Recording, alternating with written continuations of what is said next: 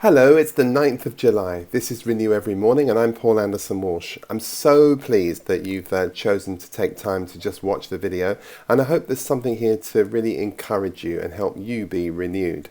Well, today we're going to be thinking about a character from Hebrews 11's Hall of Fame. This is a lady by the name of Rahab, so this is our latest postcard, and I'm going to call her the Stigmatised Seer. Because Rahab was known by her stigma.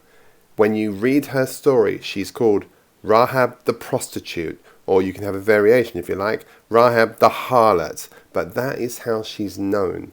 Even in Faith's Hall of Fame, the label sticks. Rahab the Believer? No.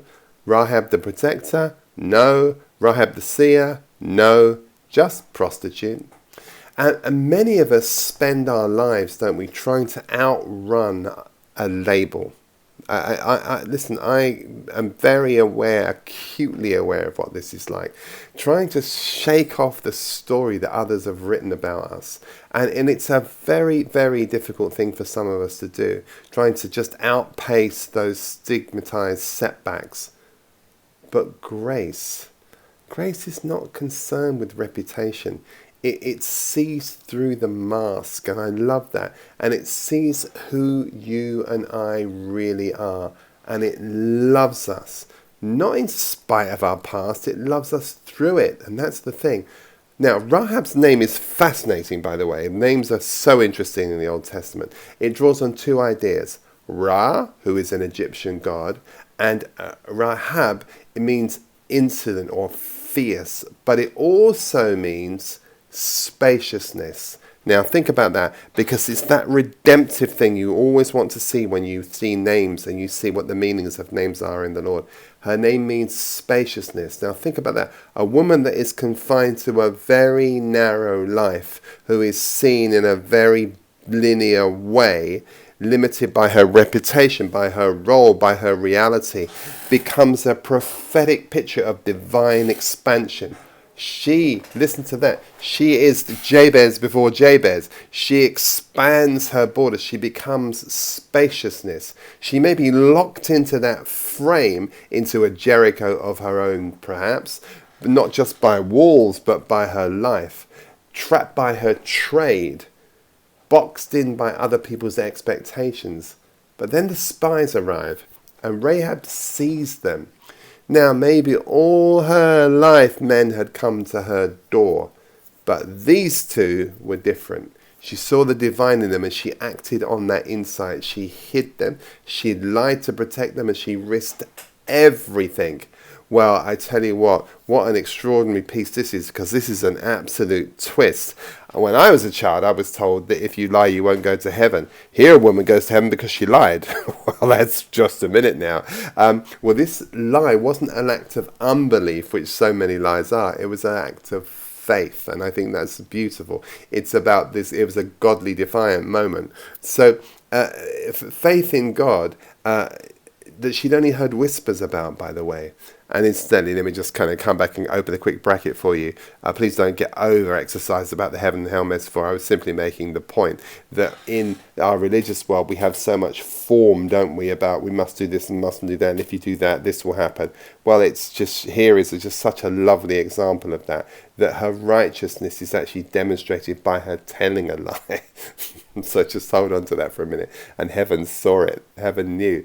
She is grafted into the family line of Jesus. Now, just think about that for a minute. Just let that sink in. A prostitute becomes a matriarch of the Messiah. Just think about that. Again, we see so many examples where it's like the Lord just takes these people that other people would just completely discard and throw off. And just those are the ones that he elevates, and those are the ones that he uses. God doesn't flinch at her past. He didn't ask her to clean it up first. He didn't say, oh, let's just kind of rebrand your resume a bit. No, he preserved her name and the stigma and all, by the way.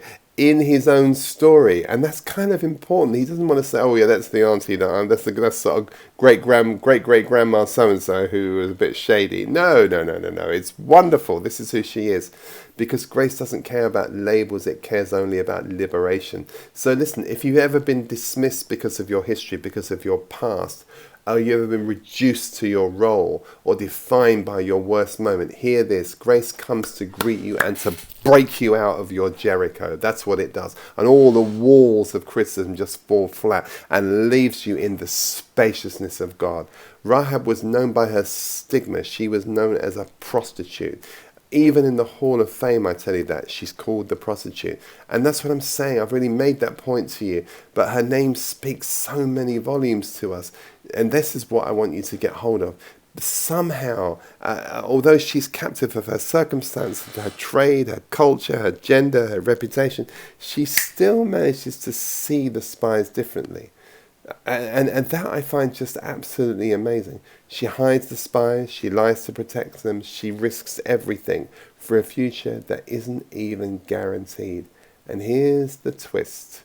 This lie isn't unbelief, it's the greatest act of belief. It isn't cowardice, it's courage. She throws her entire life into the hands of a God she barely knows. And as I told you, heaven sees it. And she's woven into the lineage of Christ. It's so beautiful. It's so, so beautiful. Because in the end, as I said, God and grace are not interested in labels. They're only interested in liberation. So may you take heart. If you've ever been known, as I've said, for your past, if you've had to live in a narrow space of shame, of survival or silence, take heart. Grace comes to bring you out of your Jericho and into the spaciousness of God. Be encouraged. Great to know you're here. Bye-bye.